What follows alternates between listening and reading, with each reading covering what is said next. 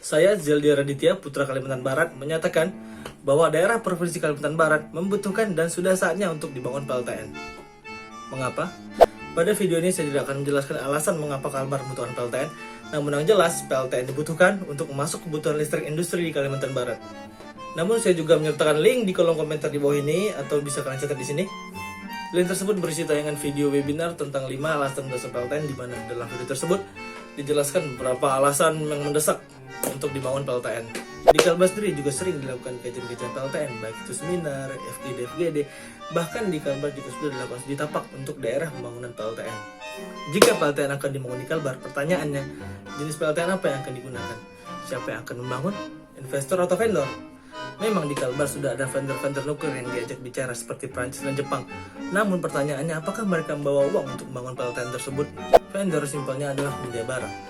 Jadi pihak vendor akan membangun PLTN dan negara akan membiayai pembangunan tersebut. Pertanyaannya, jika menggunakan vendor, dan apa yang akan kita gunakan untuk membangun PLTN? Dana APBN atau APBD? Saya rasa APBD tidak mungkin, mau tidak mau menggunakan APBN. Problemnya, pembangunan PLTN membutuhkan dana yang besar.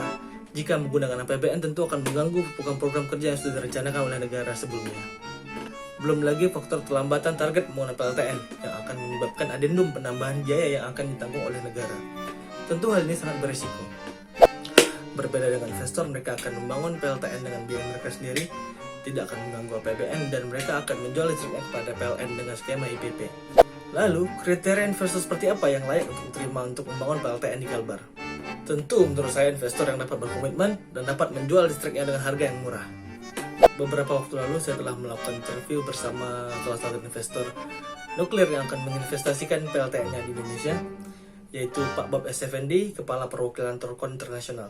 Berikut cuplikannya. Jadi apa sih rencana pertama? Ya, kita akan membangun demonstration plan 500 megawatt, ya, di mana kita akan dalam pembangunan ini kita akan melibatkan PT PAL. Kita udah ada komitmen PT PAL, di mana PT PAL akan membangun reaktornya, dan kita udah confident bahwa PT PAL bisa membangun reaktornya. Nah, targetnya adalah demonstration plan ini, artinya kalau demonstration plan bukan komersial ya, jadi reaktor daya non komersial gitu ya, di mana kita buktikan ya, setelah kita buktikan harapannya kita ganti reaktornya dan menjadi istilahnya menjadi reaktor komersial setelah terbukti dan setelah lolos uji. Itu targetnya 2027-28 lah, antara 27-28 ya. Nah, itu target pertama dengan investasi swasta. Jadi seluruh investasi adalah dari Torkon. Kita akan berinvestasi totalnya sekitar 17 triliun atau 1,2 miliar dolar ya, dan menjual listriknya dengan skema IPP dengan harga di kisaran 6 sampai 7 sen ya, di kisaran 6 sampai 7 sen. Ini yang sudah kita bicarakan dengan PLN. Itu langkah pertama. Nah, yang kedua berikutnya adalah antara 28 sampai 30 kita mampu menempatkan tambahan 3.000 megawatt ya. Jadi yang kita sebut namanya follow up. Mengapa? Karena jadi gini, kenapa kita ngebangun reaktor ini itu harus istilah grosir, tahu nggak? Jadi dalam banyak, jadi sehingga cost produksi itu turun. Sama gini lah, sederhana kayak kamu bikin kaos 1 biji sama 1 lusin, mana? Pasti lebih murah 1 lusin kan ya? Iya, betul Pak. Ya, betul kan? Nah, jadi walaupun kita tes hanya 1, tapi sebenarnya di balik layar itu kita udah mempersiapkan ada 6 lainnya. Ya, karena kita langsung bikin gitu ya. Nah, yang 1 ini kita sebar cost-nya pengembangan kepada 6 yang lainnya. Jadi kita confident.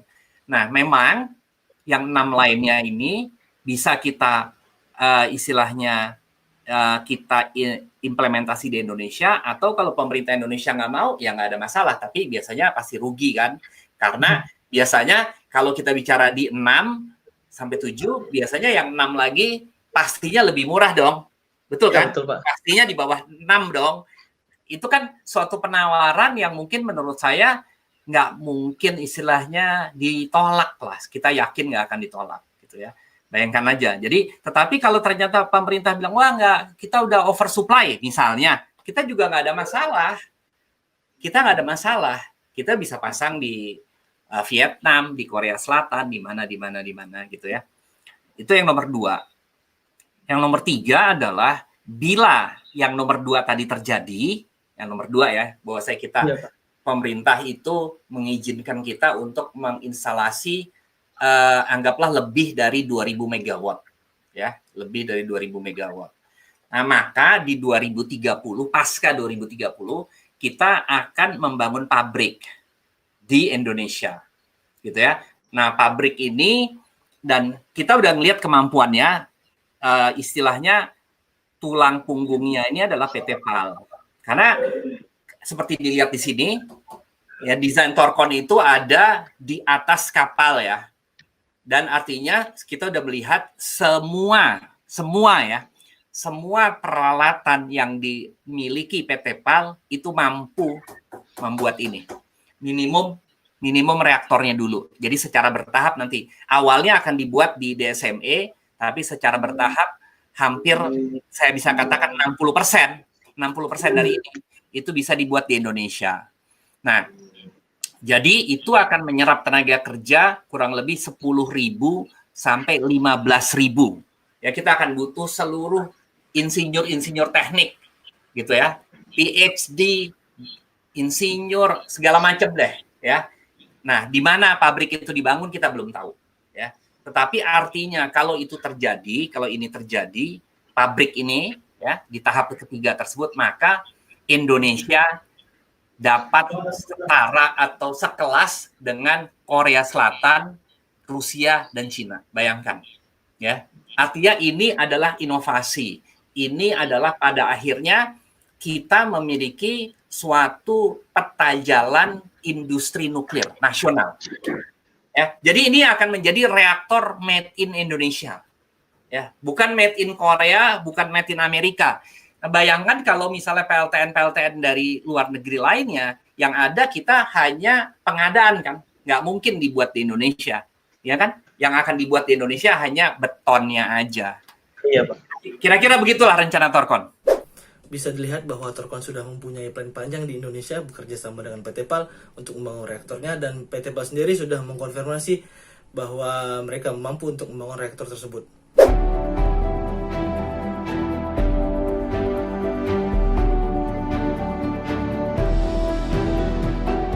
Setelah kami mempelajari requirement daripada Torkon terhadap DSMR 500 yang dipercayakan kepada kami untuk dibangun beberapa part, terutama bagian dari reaktornya, secara teknis kami sangat yakin bisa kita laksanakan di PT PAL. Jadi secara teknis tidak ada isu terhadap kemampuan kami di dalam membangun reaktor yang diminta oleh Torkon. Dan yang tak kalah menarik adalah Torkon mampu menjual listriknya dengan harga di kisaran 6-7 sen per kWh. Angka tersebut terbilang kompetitif guna menekan BPP di Kalbar. Seperti kondisi saat ini di mana BPP Kalbar terletak di atas TDL, yaitu berada di kisaran 10,7 sen per kWh. Sedangkan TDL yang kita bayarkan yaitu berada di angka 10 sen per kWh. Jika diasumsikan Torkon dibangun di Kalbar, hasilnya dapat menekan BPP Kalbar sampai di bawah TDL. Begini perhitungan simpelnya. Daya mampu neto sistem kelistrikan Kalbar saat ini yaitu 532,4 MW.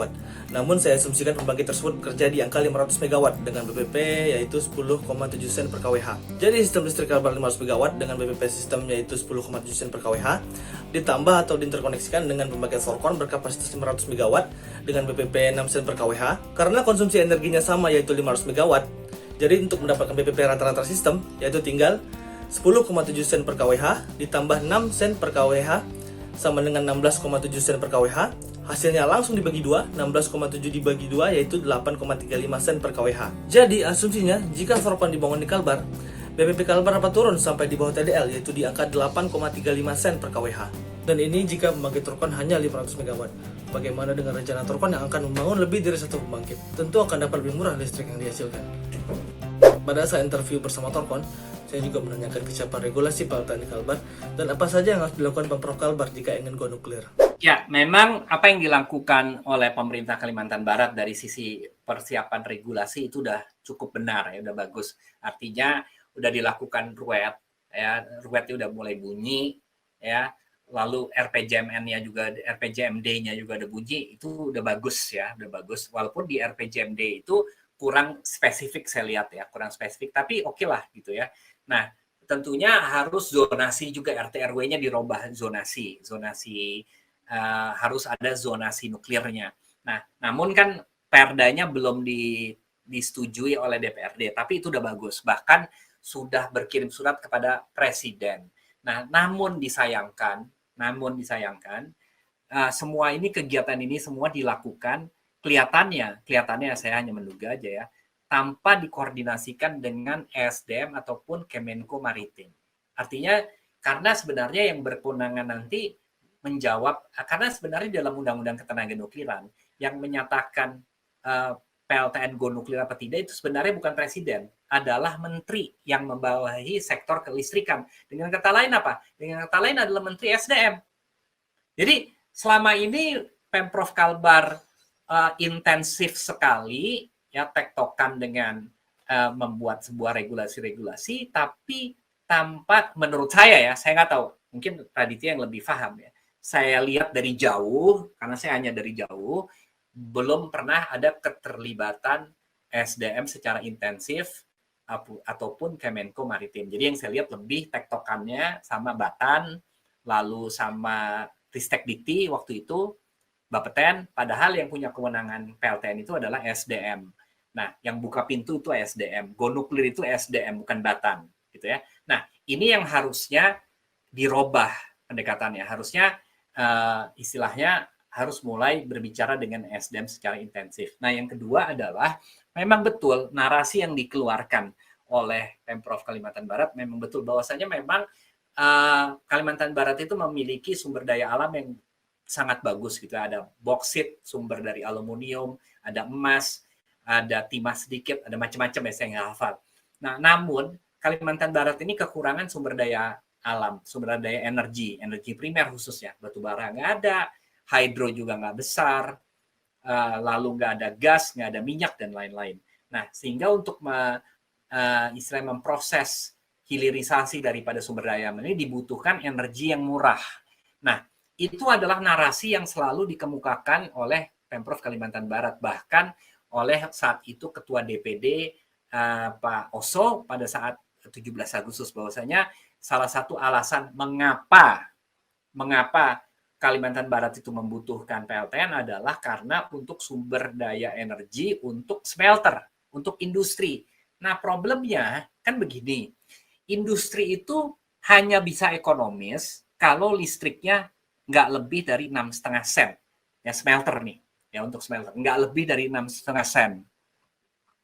Pertanyaannya, ironisnya adalah vendor-vendor PLTN yang diundang ke Kalimantan Barat adalah vendor-vendor yang pastinya kalau dibangun PLTN-nya harganya mahal. Ini kan bertentangan, ya kan rata-rata kan mahal semua gitu ya. Kalau PWR-BWR kan pasti nggak akan bisa di bawah 10 sen aja udah nggak mungkin. Sementara kalau narasinya adalah industri harusnya murah, nggak lebih dari 6 sen. Artinya apa? Artinya seharusnya ya pengembang PLTN yang diajak bicara itu adalah Thorkon, seharusnya menurut saya ya, karena kita secara terbuka mengatakan harga kita bersaing dengan batu bara. Nah, itu. Jadi kalau dinyatakan apakah udah siap, menurut saya udah siap. Karena memang regulasinya bertahap. Tetapi kurang tepatnya adalah karena masih kurang intensif diskusinya dengan SDM. Itu. Dan kedua, diskusi dengan vendor PLTN-nya adalah vendor PLTN yang bukan bawa duit, tapi minta dibayar. Nah, ini kan menjadi persoalan. Persoalannya, apakah kita tahu dari RPJMN nggak ada dana APBN untuk PLTN? Ya. Pertanyaannya apakah mungkin dari APBD Kalimantan Barat? Ya, saya juga agak ragu ya. Tapi kan ini salah ajak bicara menurut saya. salah ajak bicara. Udah tepat regulasinya, tapi salah ajak bicara. Artinya harus ada koordinasi yang lebih baik ya dengan SDM. Dan juga tadi saya sampaikan, sampai detik ini juga surat saya juga belum dijawab-jawab juga ya. Nah itu. Yang harusnya dilakukan adalah, pertama, kan kita tahu bahwasanya kewenangan PLTN itu adalah SDM lah. SDM ya. Arti pertama itu. Yang kedua juga adalah sesudah itu adalah PLN. Saya juga belum melihat PLN diundang ke sana untuk diskusi. Yang ada adalah PLN regional Kalimantan Barat kan, bukan PLN pusat. Padahal kan PLN itu sudah punya tim nuklir. PLN itu udah punya tim nuklir. Ya, ada ketuanya namanya Pak Suroso. Nah, jadi pengetahuan saya juga belum pernah diundang tim nuklir PLN. Jadi bahkan jadi ada dua divisi di PLN yang harus diundang. Pertama adalah divisi perencanaan, yang kedua adalah tim nuklir PLN. PLN itu udah punya tim nuklir, udah jalan hampir 10 tahun kali tim nuklirnya. Dan ketuanya nggak pernah ganti-ganti. Nah, harusnya itu. Yang kedua adalah, yang harus diundang adalah investor dong. Ya makanya tergantung apakah Pemprov Kalimantan Barat mau membangun dengan APBD sendiri, tapi kalau yang diharapkan adalah investor, maka yang harus diajak bicara adalah investor kayak Thorkon, gitu. Yang memang bawa duit, dan PLN dan SDM. Karena Thorkon, PLN, SDM kita saling berkomunikasi secara intensif, gitu loh. Nah, inilah karena yang paling konkret itu adalah SDM dan PLN, karena kan SDM PLN itu adalah implementatif ya. SDM dan PLN itu bukan berwacana kan, mereka tuh implementatif gitu. Jadi saya komunikasi dengan SDM dan PLN atau saya rapat dengan misalnya Kemenko Maritim dan Investasi itu bukan berwacana, bukan bagaimana kita membuat seminar berikutnya, bagaimana kita membuat webinar, tapi bagaimana mengimplementasikan ini. Apa langkah-langkah yang harus dilakukan. Nah, harusnya kamu benar, yang harus dilakukan adalah langkah nyata, bukan lagi seminar-seminar. Itu bukan lagi seminar-seminar, adalah langkah nyata. Ya. Nah, inilah yang harus dilakukan. Nah, sesungguhnya artinya kita sudah berkirim surat dan kita siap untuk melakukan langkah nyata ini bersama-sama dengan Pemprov Kalimantan Barat. Semoga melalui video ini, mungkin melalui kamu bisa sampaikan bagaimana supaya kita bisa bersama-sama merealisasikan ini. Sehingga manfaatnya kan yang akan dirasakan oleh masyarakat Kalimantan Barat sendiri. Bila mana ternyata nanti kalau BPP-nya turun, kan TDL juga akan turun juga. Dari cuplikan tersebut muncul pertanyaan, mengapa Thorkon yang jelas mampu dalam mengatasi permasalahan listrik di Kalbar belum diajak bicara terkait implementasi PLTN di Kalbar oleh Pemprov Kalbar? Bahkan surat yang dikirim oleh Thorkon sampai saat ini belum direspon. Lalu seperti yang saya sebutkan tadi, di Kalbar sudah banyak dilakukan kajian-kajian seperti seminar-seminar, FGD, bahkan sudah dilakukan di Tapak. Namun apakah sudah ada kepastian bahwa PLTN akan dibangun di Kalimantan Barat? Memang Pemprov Kalbar sudah sangat mendukung untuk pembangunan PLTN di Kalbar ini. Terbukti dengan berbagai berita-berita di media, dan Gubernur Kalbar juga sudah mengirim surat kepada Presiden untuk go nuklir. Namun apakah langkah yang dilakukan Kalbar sudah tepat? Saya rasa sudah cukup kajian-kajian PLTN yang dilakukan di Kalimantan Barat. Sudah saatnya kita melakukan langkah-langkah nyata dan konkret untuk membangun PLTN di Kalbar ini. Maka dari itu saya Zaldi Raditya, Putra Kalimantan Barat, menyampaikan permohonan terbuka kepada yang terhormat Bapak Sutar-Biji, Gubernur Kalimantan Barat. Yang pertama, melakukan koordinasi bersama Kemenko Maritim dan Kementerian SDM, karena untuk pintu awal pembangunan PLTN ini pintunya ada di kedua kementerian tersebut. Yang kedua, membuka pintu bagi investor untuk membangun PLTN di Kalbar. Salah satu investor yang dapat berkomitmen dan dapat menjual listriknya dengan murah yaitu Thorkon, seperti yang saya jelaskan tadi. Baiklah, saya kira hanya itu yang dapat saya sampaikan. Semoga kedepannya PLTN di Kalbar dapat segera terrealisasi. Sampai jumpa.